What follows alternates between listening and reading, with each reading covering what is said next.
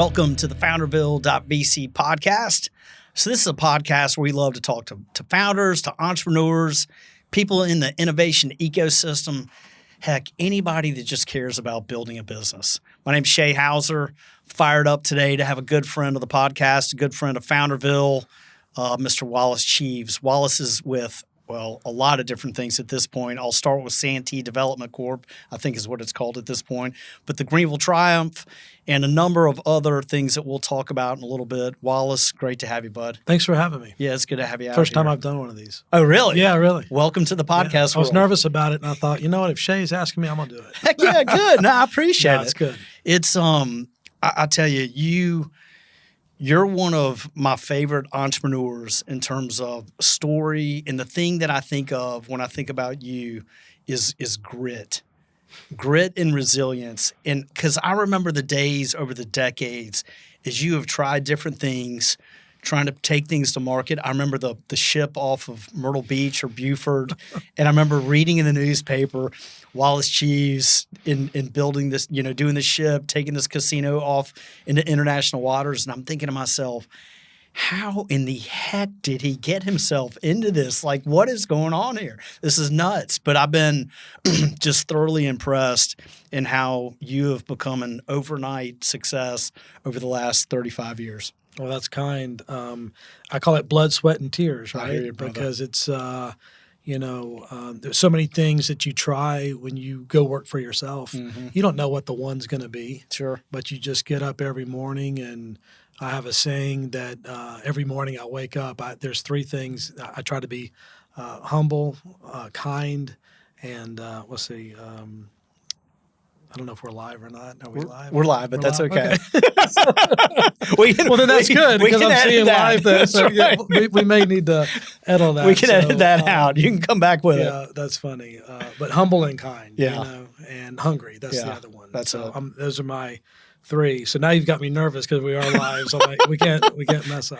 Humble, hungry, and live. Yeah, and kind. Yeah. Because you don't know who you're going to meet and the roads you take in life, what's going to matter, what's not going to matter. I always tell people I got a lot of bumps and bruises. Oof. I'm 52 years old, and it's been, you think you learn so much to where you get comfortable and you have things figured out. Then the world changes, right? Absolutely. Everybody felt good about certain things going on. Then sudden, boom, COVID happens, right? So you just have to be able to pivot a lot. Absolutely. And so that's been something that I just always try to keep balanced, just make sure that, you have the ability to be balanced and be able to pivot. And also, I've always tried to have a lot going on. And I used to say, have as many irons in the fire as you can. Because you don't know what's going to heat up. Sure. And then sometimes there's too many irons in the fire and you're distracted and you're not focused. So, we could probably talk for hours, but I would say that's something that I, think about every morning. Sure. Tell me, you've got, speaking of irons in the fire, you've got a lot. You always have, as you said. I'm familiar with the Santee development that I've seen on LinkedIn. That's all I know about it is essentially that you've kicked that off. Sure. But you're doing the Triumph as well. Mm-hmm. You've had huge success with the casino at Kings Mountain. What's the primary thing you're working on or you're focused on today? Yeah, I'd say it's really two things.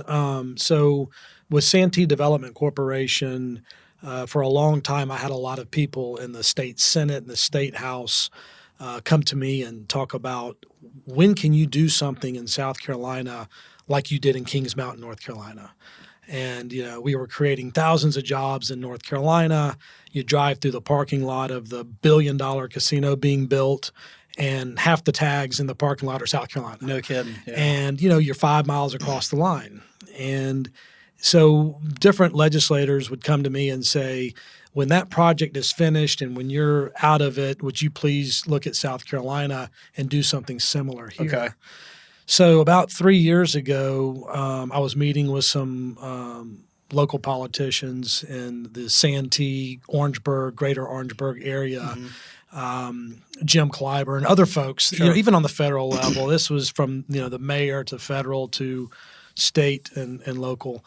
And they had coined the term corridor of shame, which is I-95 in that corridor. Oh, yeah, okay. And I thought, that's such That's a kinda ugly. negative, ugly thing to say when we're supposed to be smiling faces, beautiful places, Right. South Carolina, our motto on the tag, and all of a sudden corridor of shame. Right. So I ended up looking at some property down there, and I remember seeing, and you may remember, and your listeners may remember, but there was an old mall that was the Santee Outlets. Okay. And it's right near Lake Marion, and it was, a bunch of like buildings that made up this outlet mall where you could buy shoes, shirts, whatever it was, and it was one of the original outlet malls. So I thought, well, that's a great spot because it's more in the center of the state, and you had great access from 26, great access all the way up and down 95. And it really wasn't in someone's backyard to where if you did build a gaming facility, you're not ticking off the local neighbor. Sure. So I was interested in that and was having a lot of conversations behind the scenes. Ended up buying the mall about 3 years ago. And after I closed on it, we started ramping up conversations because I was starting my exit out of Two Kings Casino as developer of the casino with the Catawba Indian Nation. So I turned my sights towards Santee, started meeting with the local community, meeting with churches, meeting with local councilmen, elevating those discussions to the original folks that came back to me that were in the South Carolina House and in the Senate and say, guys, I'm serious about doing this now. Like, what's it going to take? What do we need to do? So, when you do a project like this, you have, big PR teams, big legal, big lobby, and you just decide, hey, am I really going to roll the proverbial dice here and take a chance and do it? And that's what we've done. So finally last year, we filed or helped file legislation that would give South Carolina an option somewhere within the corridor of shame, within the 3 counties, to pass commercial gaming. One facility, give it a 10 to 15 year shot where you could have like a beta test, if you will, for South Carolina. And don't ask for any state dollars, no local dollars, all private investment. And to make it fair competition, the gentleman who was crafting the bill for us, and it was a legislator, he came and said to us, we need to make sure that whatever we do in crafting this legislation, and when I say we, I'm talking about his council and folks that he works with in his committee, wanted to make sure it was a fair process to where other counties could have an equal shot as Orangeburg had. Okay. Right? Yeah. So it wasn't like, hey, this is just going to be where the Santee Outlets Casino is. So that added another layer of complexity. But we thought, you know what? We worked hard for 13 years to get approval for the tribe in Kings Mountain. That's blood, sweat, and crazy, tears. man. It was crazy. And you'd have days you woke up and felt great and other days where you were dead, right? So you had to revive yourself. So I said, you know what? That's fair. And you may the best man, may the best person win, may the best county win. So I really went to work with the county and got 7-0 council support. Meeting with the sheriff, meeting with anyone we could, local leaders, meeting with the HBCUs, just saying we're in this together as a community, and let's come together and let's put together the best package for the best casino right here at Santee Outlets. Let's make this be the one. Then you've got other counties that do fall into that corridor that they'll put forth their proposal as well. But we think we'll have a really strong one. We think we have the best location. Yeah. And we're willing to make 100% the private investment. That's kind of a long story around what we're doing. So bill was filed. It passed subcommittee. It passed full committee. Went to the House floor, and they ran out of time. Wow. Yeah. So which is okay. South Carolina's on a 2-year cycle. So hopefully they pick it back up, call it January, and we can get a House vote. And then if it passes the House, it'll go over to the Senate. Yeah. And we'll do all we can before they leave, I think, early to mid-May. Huh. Interesting. And so that's our goal. That's what Santee is about. It's amazing. I mean, the thing, Wallace, is you think on such big terms. Yeah. I mean, with a lot of founders all the time, and they're building their company, It's it's an early stage startup, and they're thinking very narrow. And which is fine. It's like, look, I've got to be focused on a particular product that I'm building, this software feature, and I'm going to go get a handful of customers. I think the thing that you've been able to do that's highly unique, frankly, is you think on such big terms, and regardless of the size of the project, it's not off limits. It's interesting. We are so fortunate to live in South Carolina. I'm going to get to the soccer side for a second because I think exactly what you said has a nice segue. If you don't think big, you can't make big, right? Yeah, yeah. And, one thing recently, we've had a lot of media come to us about our announcement of building a soccer stadium, about the men's Greenville Triumph team and the women's Greenville Liberty. And a lot of them are fascinated, like, wow, you guys are making this huge investment. And we are. But what's really cool about it is being in South Carolina, being in the Greenville County area, we're right in between Atlanta and Charlotte. Sure. And so much growth is happening in both those areas that a lot of growth we're seeing is starting to spur down from those levels. And I just think it's only going to get better. Yeah. And we're so fortunate in the area that we live in that we have such huge corporate presence internationally. Yeah.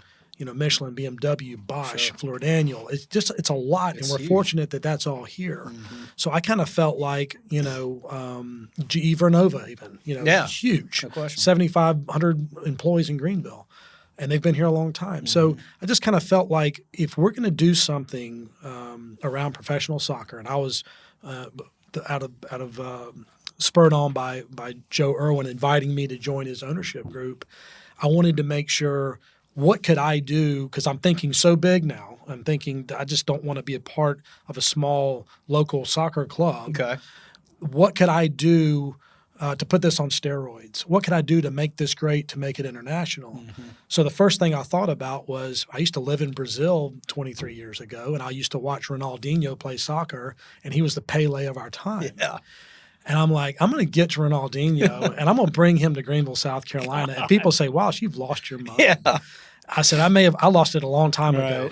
With what I just did in North Carolina and pulled off a miracle, we are going to do this again. Yeah. So through some contacts of mine and a lot of perseverance, a lot of trying to get meetings and schedules together, I was able to bring Ronaldinho's team to Greenville privately and have meetings with the Triumph here. That's so cool. And, it was, got to introduce him to some of the other partners in the club, and was able to put a group together. And what I told Ronaldinho and his partner, Roberto, who's his brother, and his other partner, Walmar Robles, is, guys, just trust me. Greenville's going places. Yeah. Greenville's not the same Greenville it was when I was at J.L. Mann High School playing soccer here 30-something years ago. That we are in a very special place and a very special time, in Greenville and South Carolina in general is ripe for business and business growth. I love it. So I convinced them to take a chance on us, on a place that he couldn't point out on a map with his finger, And from Rio de Janeiro to Barcelona, Spain to Greenville, South Carolina, I said, this is, trust me, I want to bring you here. So I put our plan together, worked with our team, worked with the city of Malden. They've been fantastic. Phil Hughes with Hughes Development and his team. And we made a decision that we're going to go to Bridgeway Station and build the most incredible Italian-themed, European, old world-themed stadium. And Ronaldinho and his team thought, well, that's really cool because it reminds us of where we were playing in Europe. That's so cool. So we were able to, October 2024, we were able to get a bell-ringing slot at the New York Stock Exchange, which is another story. That's and we fantastic. took him to New York, rang the bell, and made our announcement that Grupo Ronaldinho was joining ownership in the Greenville Triumph and Liberty. That's so crazy. So it was crazy, and people couldn't figure out what was going on. And then we rolled into March for the actual groundbreaking of the stadium. And now we've had footers poured. You can, I encourage people to go out to sweet. Bridgeway. I need to go out there and check it out. There's a lot going on, and we're building. And if everything goes well and weather holds, we really hope to be playing our first match there early May 2026. No kidding. So it's that quick. God dang, Yeah. that's So it's crazy. it's a lot of fun, and I knew there was some point of jumping around, but I want to make sure in whatever projects I get involved in. that you have to be passionate about it, Yeah. and you have to be able to say, can I add real value? It's one thing to invest in projects, which we all do. We Sure. invest in a fund, we sit back and we read a quarterly report. Right. But if you're going to invest significant time and money together, you want to make sure that you have a big voice and that people are on the same page as you are, and you want to create something out of this world. Yeah. And I think that's what we're doing here, just like what we'd be doing at Santee. Yeah. It's got to be thinking totally outside the box, totally outside the room, and just shoot for the stars. Well, I think one thing that's awesome. Thank you for all that, and Yeah. congrats on the progress Thank there. you. I think there's a common theme with caring about South Carolina, caring about Greenville, knowing that we are in a special place to live. I mean, the demographic trends, everything we have here, we are in such a winning location for so many different potential applications. It's crazy. You've you painted a big picture there. I mean, you didn't start there. No. Right. I mean, you when you left college, how did you get into the gambling space in general? I mean, how did all that go down? Yeah. So when I went to Wofford, finished there in '95. Right. I was one of these kids that was going to college thinking, well, everybody at Wofford's either going to law school or med school. It's a liberal arts education, Right. and you're just going to go, work hard for 4 years, have fun, meet people, and then go on to your next deal. Well, when I got there, I decided, even though I was a government major, law school is not what I wanted to go do. I didn't want to go be an attorney.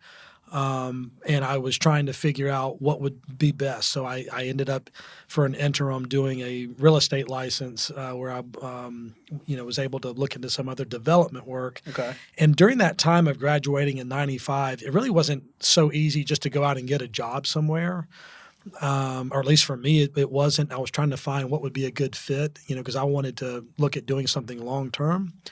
So when I got close to graduation, I ended up going to work in London for about 6 months. Okay. I They didn't know that. had a program where I went and actually worked over in the financial district for 5 or 6 months in London. And, it's kind of more like an extended college almost. I mean, you're working full time, but you're in a place you don't know anybody, and Right. you're getting to know an incredible city, which London obviously is. And it gave me time to kind of think more about what I wanted to do when I got home. So I worked over there for a while, came back to Greenville, ended up going to work for the Marchant Company. Okay. And I worked at the Marchant Company probably close to a year and a half, 2 years. And I was doing like new subdivision development, sure. new home sales. They worked with a lot of national builders. So I was being able to use my real estate license that I got when I was at Wofford. And it also kind of gave me time to learn the business. Because, when you're right out of school and you're 22, you're just trying to figure out life in general, trying to figure out pay bills, what to do. And I remember reading an article in the Greenville News about Fred Collins. Okay. And it was when he had bought a big ship and was talking about doing international gaming. And I thought, you know what, that might be interesting to go talk to a guy like that, because I'd always been involved in politics behind the scenes, whether it was in college or small campaigns. And I knew what he was doing involved a lot of government affairs. So I just picked up the phone, ended up calling the front desk at No Collins kidding. Entertainment and saying that, read the news article. I'd like to come in and talk to Fred Collins. And awesome. the cool thing is his secretary returned the call and said, Mr. Collins can see you next Tuesday at 10. And Dang. yeah, and so I just went in there and met the man, and there he is in his black suit and his tie. And, I'm this, 22-year-old kid, sitting in his office or whatever. And we just started talking through things, and he goes, well, I want you to come work for me. And I said, well, that'd be interesting. What does that look like? He goes, well, I'm going to introduce you to some people that are in the company. And I thought, well, this is an interesting industry. Didn't really know a whole lot about it, but that's kind of how I started. Okay. And literally, I think I was there 18 months. But from when I started with him, they started to the state of South Carolina under David Beasley started to outlaw gambling. They decided that they were going to get rid of abortion, get rid of the flag, and get rid of gambling. Those were the 3 hot topics. Right. And, being a government major, being around campaigns, liking PR and things like that, Fred came to me and said, I want you to work on this committee with our outside consultants. And we formed a group called Vote Yes. And that was Vote Yes to keep video gaming legal in South Carolina. Okay. So that was our committee, and we worked together with various employees, associates, in different firms. And literally in 1999, the state outlawed video poker. There was a Supreme Court case. It's kind of a long story, but it ended up upholding a particular law, which was, I think they called the poison pill. Anyway, by 2000, they had to get all machines out of the state. I remember this. And so that was kind of a real awakening for me as well, because, you go from an industry that was employing thousands and thousands of people in each county to gone overnight in June of 2000. Jeez. So that's kind of when I took my show on the road, went to other states, went to other countries, ended up in Brazil, by way of Nicaragua, doing business there, and in Colombia and different places. And all the while you were working for Collins No, at that point, or you had left at that point? I had to leave, not had to leave, but when they came to us and said, look, we're a big company, you can go work in another state or do different things, a lot of people got displaced. Okay. And I decided at the time, really in 1999, that I really wanted to go out on my own, and I wasn't sure that I didn't think I'd be a very good employee for somebody. So I thought, well, I'll just go out on my own and just give it a try. Wasn't married, didn't have kids, which is the best time to take the risk. Absolutely. If you fall on your face, you move in with your parents okay. and eat humble pie, right? So that's what I did. So you found yourself in a situation that was like, I'm better off if I go at it alone, essentially. And from a risk standpoint, I'm not married, I don't have kids. This is the time to do it. Yeah. And you at that point, did you feel like you had a vision for where you wanted to carry your career? So, or was it sort of? I don't know that I had a vision at that point. I felt like, why can't I do rinse and repeat, right? Like, I know what gaming machines can do. Maybe it's a different currency. Maybe it's a different country. There's different rules. But why not go and try that elsewhere and go outside of the state that says, hey, this is a scourge on society. We want you out of here, and then they replace you with the lottery. Right? That's the irony. But that's what happened was they said, we'll keep all the money and give you worse odds, and then here's the lottery. And so here we are today sending kids to school, I guess, on Hope scholarships. It is what it is. But so that's how it started. But, funny enough, because it's a long, winding road, like I'm sure every person that's been in business goes down, you just never know where things are going to take you. I like to think because of those relationships that I met through gaming and people knowing that I was in that business and I kept just going after it, trying to kick in doors instead of knocking, that kind of effort that I would put forth ended up putting me in front of the Catawba Indian Nation and making a pitch to them to say, hey, let me come in and give this a try. And let me try when was that, Wallace? This was 2008. Okay. Yeah. So between 2000 and 2008, where was it this sort of winding road of different opportunities? Yes. I mean, I did developments at the Cliffs. We did a development at Walnut Cove at the Village Townhomes. Sure. I did that development. And then all of a sudden, this was right around 2006. So the market in the real estate market of new product really started slowing down in mid-2007. And then you had the crash in 2008, which is a great time to be in the development business, right? So I was always hustling a lot of different deals, whether it was real estate. I was involved in property in Mississippi around casinos, doing deals down there. I mean, just anywhere I could find real estate development that was tied to entertainment or gaming. That's when the casino boat stuff I did in 2005 when I sued Edisto and won in the Supreme Court, sued Georgetown and won, made a lot of friends, over offshore gaming, and so that was just, but you're always hustling, just pushing and doing so hard. And I guess you'd like to sit back and say, boy, this was all paths led to this great opportunity, but it didn't. I had to take a totally separate path and a totally separate chance by thinking that I could deliver gaming to the Catawba Indian Nation in Rock Hill, South Carolina.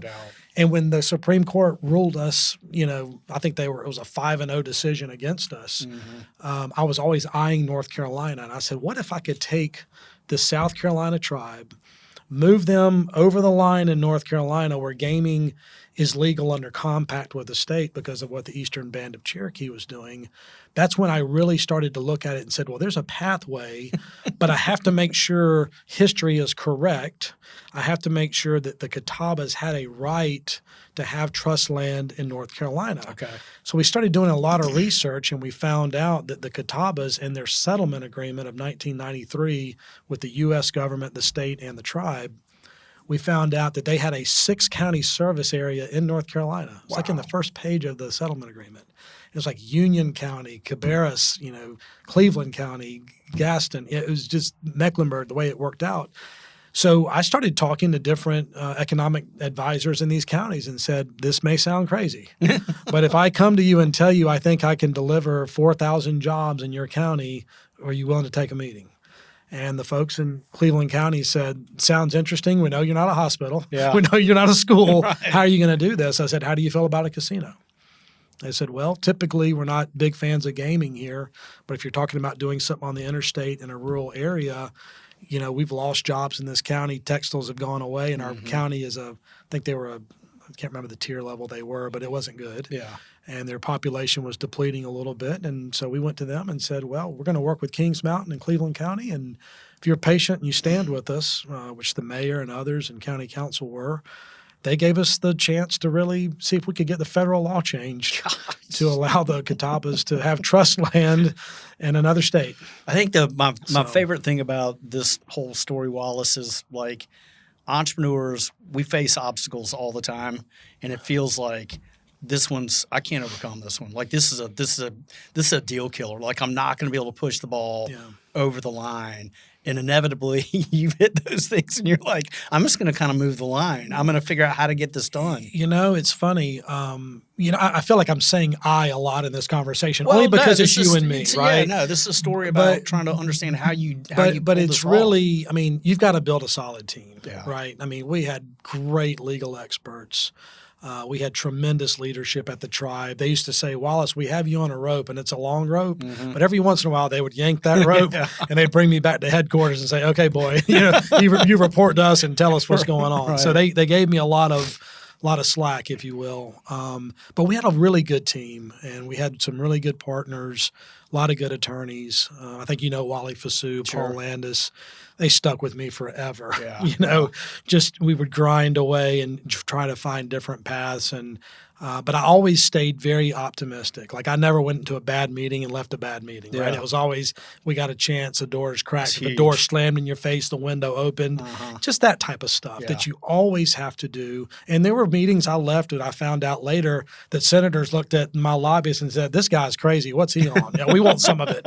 They really, and so we would laugh about that now, but at the time, if I knew that wouldn't have been very funny. No, because that's what I was doing. Yeah. It was just, so you sometimes have to go into deals blindly and you have to will it into action and make it happen. That's such a good point. And the problem, or I guess the real issue, which is the scary part, is this thing could also not have happened. Yeah. And if it didn't happen, there's no second place. There's no consolation prize. You were all in. You're all in. Yeah. And so I like to say, projects that I get involved in now, you got to be in it to win it. Yeah. And if you're not, don't even dip your toe. Sure. It's not worth a passive small investment to Right. kind of walk away. Yeah. And that's what we did with the Catawba, with the Two Kings Casino. And Right. now they're building a beautiful facility. They are spending, I think, $1.2 billion is the latest I number. drove by a couple of weeks ago. Yeah, I just couldn't believe it. I was like, I can't believe Wallace did this thing. Yeah, it's, I always tell people I'm a small part of a very complicated jigsaw puzzle. Sure. But it took our team doing that. Another great group that we worked with that really took a chance with us was Delaware North. Yeah. Delaware North looked at this project through some of our financing folks, and we got introduced them to the tribe so they could marry the relationship with the Catawbas and Delaware North, and they're still working together today. That's great. And so that was a lot of fun to work around those guys, top notch. They manage national parks, stadiums, they're concessionaires, and they were really great to work with. So you have to surround yourself with a great team. No doubt. Because these things are expensive. Sure. Yeah, these are massive dollars. It's a massive dollars. It's a big boy game. Yeah. But we stayed after it, and I have to tell you a quick funny story. I'll never forget, we were down in Mar-a-Lago for an event for the president in 2020 with President Trump, and we got asked to play golf with him. Mm-hmm. And I was with Lindsey Graham and some other senators that just have been amazing to our project. Thank God for Lindsey Graham, or else this project never would have happened. And they asked me to come play golf the next day after our event. And I remember that the Brazilian president was around, and he had a guy that was his assistant, that was his translator, who got COVID the night that we were at this big event. There's like an event of 100 people. So as we get to the course, certain people weren't showing up. Someone wasn't feeling well, and we didn't really understand about COVID that much. Yeah, okay. So we go out and we all play golf, and it ended up being 10 people playing golf, and the president splits everybody up into 2 groups. And so it's a mess out there, but we're having a good time. Well, literally get back home, and I remember it was a Tuesday, and the tribe gets a call from the Department of Interior, from Trump's department, and says, we have made our decision. We've studied this long and hard. We're working through 28 signatures from the BIA, Department of Interior, and we're putting your land in trust. So the chief says to David Bernhard, can it be for gaming? And he said, absolutely. That's all I wanted to hear. Yeah. So that was the right way they did it. Chief calls us. We have a big meeting that evening and the next day where we talk through the next steps. And the department says, we're going to announce the decision. It's going to become public, and we're going to stamp it with my signature on March 12th, which was a Thursday. We said, okay, well, that's great. Thursday comes around, late afternoon, boom, finally get it. I think they literally fax it over to the tribe maybe.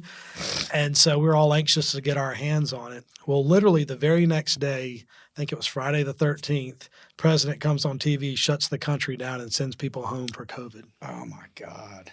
That's the scary thing about timing, that you have nothing to do with. Oh, my God. So all we could think about was, could you imagine a few more days went by before our stamping, and people are now sent home and don't return for a year in D.C. Your stomach was just and then now a new president's in. It could have been the parade of terribles. Yeah. And so that's another point that I'm just thinking about, is every day I got up, much to the dismay of my wife, who's been so patient, is that it didn't matter if it was a Sunday morning, a Monday morning, a Friday morning, you work like it's your last day. And you just stay on it, and your foot is on the pedal, because you can't take any day for granted. No. If we'd have taken a day or two for granted and we were slow a week or two, we may not have land in trust, and there'd be no casino being built. It's incredible. How I'm thinking back to when you and Sloan got married, and once you're starting to build a family, and it's time for kids. I mean, you were the consummate risk taker during this process. How did you balance thinking through, I've got this responsibility now of home and this thing that's so important to me, but I've got this determination and drive to go build this. Yeah. I mean, how did you balance that risk? How did you think about that? Yeah, that's a tough one. I probably need a psychologist for that one, because I was in my early 30s. Mm-hmm. And I think that especially with guys, we don't mature as well as girls. And so I like to tell people I wasn't mature until I was 50 maybe. Right. So I think a lot of it is your brain's on fire and you're passionate. Yeah. And you set your sight on a target. But at the same time, you have to multitask, because if you don't multitask, how are you going to pay your bills? Right. And there's tough times. In every business, right? Absolutely. And so financially, whether I was having to try to do real estate simultaneously, work on developments, sometimes there's a group that might need you as a consultant. Mm-hmm. Maybe there's part of another business I was trying to sell. I felt like I was just juggling like a side circus gigs clown. all the time. All kind of stuff, right? Yeah. Like just always trying to keep as many balls in the air, because something would fall apart or something may happen. Yeah. Or maybe I would sell a casino property in Mississippi. And then okay, that's a great windfall, but oh my gosh, I got to take 90% of that and reinvest it over here. Yeah. So it's just always moving and shaking the whole way through, and really just, always trying to keep family first and in front. But at the certain times where it's a Sunday afternoon and you got to be somewhere. Yeah. Earlier on in my life when my kids were a lot younger, you weren't there as much. Yeah, no doubt. So that is a sacrifice. Yeah, I think it's a good point. I remember just as I was building both UCI Communications and Green Cloud, I miss so much of that time with the family. But at the time, I was like you. It was like, I am burning. I have this fire and I have this vision, and I know I can build this company with this team around me, and let's go do this. And I think that's what so many entrepreneurs have in common is I don't know if it's a mix of confidence and naivety and or what, but it's like, I see this thing and I'm going to make it happen. Mm-hmm. And it's like just through sheer mix of timing, luck, persistence, the grit, all of it, it comes together and it happens. And then sometimes it's ring the bell, we won. And then sometimes it's like, I can't believe I did that. That's right. But those are the emotions, and that's how it goes. It's up and down throughout the process. It is up and down throughout the process. And then there's the thing that happens when you win. Yeah. You know, people look and they're like, oh, my God, you pulled off this miracle. It's Right. amazing what you did. And that's when the humble part came in because I'm Mhm. like, we did as a team. This is great, you know, and here's what we're doing. Now the real hard work begins. Yeah. And what happened to us was we were sued 2 days later by the Eastern Band of Cherokee saying what the president's department did for you is illegal. So it's like we So won, it never and then boom, ends, man. you know. And so then we ended up fighting that in federal court, which takes year and a half, Sure. and then we had a spectacular decision by Judge Boasberg in federal court that just was a slam dunk victory for God, us. his name's pretty He's been popular pretty now. popular recently.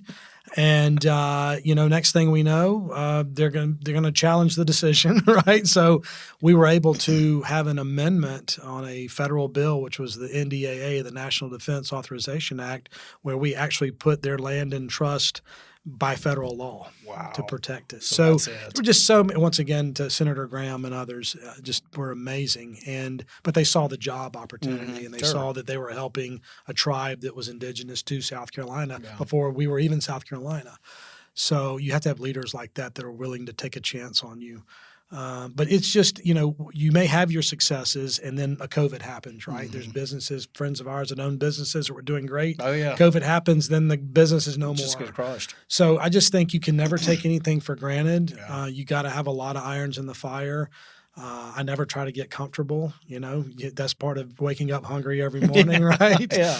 And that's just kind of how I live my life. That's awesome. So- That's awesome. Well, I think it's interesting too. I mean, you've had these big successes, but to your point, I mean, you're waking up the next day and you're hungry again. And it's like Santee is an opportunity. The Triumph is an opportunity. And the Triumph, from what I'm hearing, is you're not looking at that as this is a passive investment. It's going to be fun and cool. I'm It's full on. You're on. Yeah. Like this is no different than Santee. It's the same thing. It's like this ain't going to be some small thing. This is going to be this big vision that I've got to the build. funny thing about sports is guys that are competitive in sports, I think would make really good entrepreneurs. Heck yeah. Right? And some of our team players on the women's and men's team and the leaders or even the young guy that just signs, right? They are so competitive and they're targeted, singularly focused on, I want to score, I want to win this Yeah. game, I want to go to the different level. Well, it'd be unfair and disingenuous for me as the new chairman of the clubs to say, guys, we're doing pretty good. Let's keep things going. Yeah, we'll build this stadium. It'll be okay. No, sir. That's not going to work. I want to call the stadium phase 1 of the stadium, right? I want to build bigger. I want more fans to come. I want people to know about Greenville. I want people to know about Bridgeway, and I want our teams to elevate. One cool thing that we have in the league that they announced in February, because we're in USL Division I, they're going to introduce promotion and relegation, which is coming in a couple years. Okay. The better our team plays, we can elevate. And then one day, maybe we are competing with MLS. Wow. It's like the Wrexham story, Yeah. right? It's like the Birmingham Blues story with Sure. Tom Brady. Yeah. So you want to start to where you can take this thing to the moon. And Yeah. I think we're in the right time God, and I place love for that. that. Yeah. That's fantastic. Yeah. These are great lessons across the board. Wallace, you're a busy guy. I know you gotta jump, but thank you so much for coming out here. I appreciate the time. This has been fantastic. I Thank think you. just driving by that facility up 85 is stunning, and it's a testament to what you built. I think it's one thing that like you can carry with you forever, which is like I created these jobs, I helped create this thing, I put a great team around me. I think you identifying that, which is so much of it is teamwork.